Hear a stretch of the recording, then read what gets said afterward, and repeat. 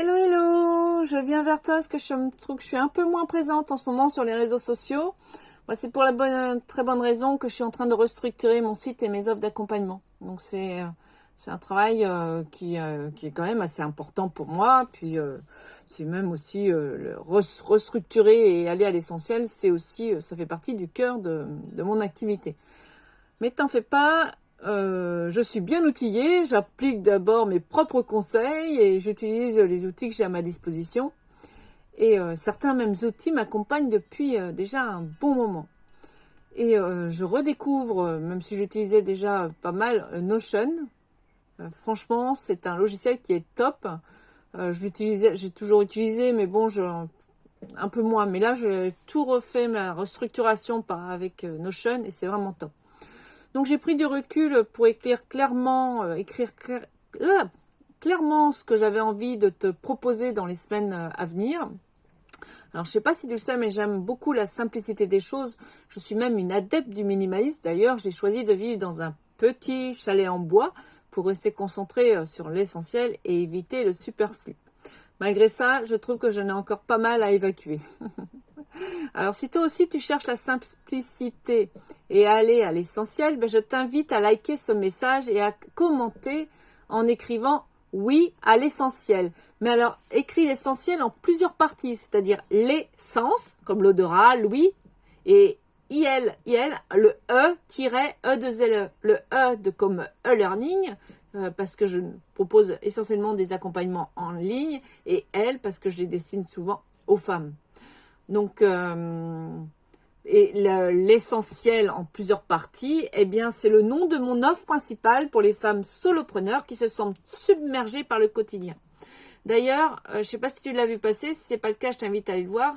J'ai écrit un article la semaine dernière sur ce sentiment, alors d'overwhelm.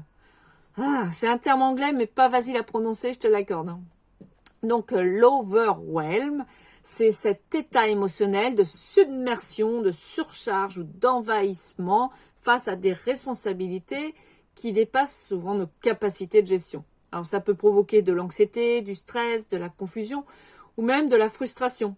Alors physiquement, ça peut se traduire par de la fatigue, des maux de tête ou des troubles du sommeil. Je ne vais pas te refaire tout l'article, je t'invite vraiment à jeter un coup d'œil à cet article qui se trouve sur mon blog nadiapayard.com.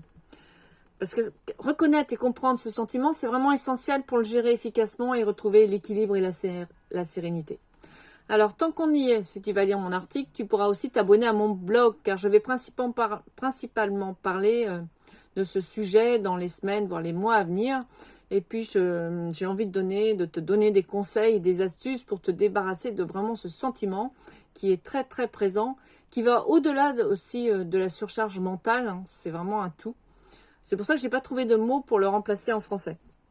D'ailleurs, j'écrirai aussi un article sur la différence entre ce terme overwhelm et la surcharge mentale. Donc, pour orienter mes publications, j'aimerais que tu me dises si tu te reconnais dans mes écrits et de quoi tu as le plus besoin en ce moment. Ça, c'est important pour moi. Et puis, si j'ai un conseil à te donner aujourd'hui, c'est de commencer par définir ton cap, vers où tu veux aller, vers quoi tu veux tendre. Alors, si comme moi, tu cherches à te sentir plus libre, à simplifier ta vie et à aller à l'essentiel, à éliminer le superflu, alors tu es au bon endroit. Surtout quand on est entrepreneur solo, quand on travaille seul et qu'on est à son compte et qu'on doit gérer aussi le perso, le pro, etc., on peut très vite être submergé.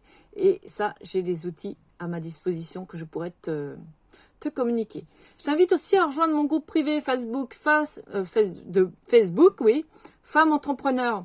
Alors, c'est Facebook, alors facebook.com/groupe avec un S /Femmes Entrepreneurs, le tout au singulier. D'ailleurs, je te mets le lien en dessous dans l'article, en dessous de la vidéo.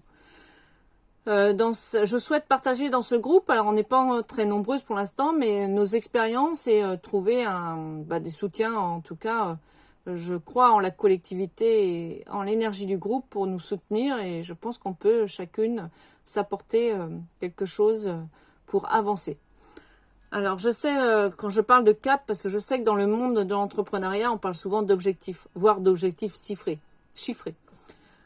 Je suis pas contre, hein, bien au contraire, il le faut. Mais pour moi, ce qui me fait vibrer, c'est de garder le cap vers une vie qui me ressemble, donc une vie simple, agréable, sans surconsommation et axée sur le partage. C'est ça me motive, plus que d'avoir un objectif chiffré. Même si j'ai les deux, mais c'est ça que je garde en tête au quotidien. J'ai pris aussi une autre décision récemment, c'est pour ça que j'ai fait cette vidéo. D'ailleurs, à la base, c'est d'être encore plus présente en vidéo. Mais j'aimerais que tu me dises si ça vaut vraiment le coup ou pas, à ton avis. C'est mieux d'être en vidéo ou de faire des écrits? Donc j'attends ton avis avec impatience parce que je suis toujours mitigée. Je passe d'un coup à l'autre, mais je sais jamais ce qui te plaît le plus en fait. Bon, j'ai déjà pas mal parlé, donc je vais continuer là. Pour l'instant, je vais te laisser là-dessus. Je continue à élaborer les prochains sujets de discussion que je souhaite partager avec toi. Je vais m'y mettre là.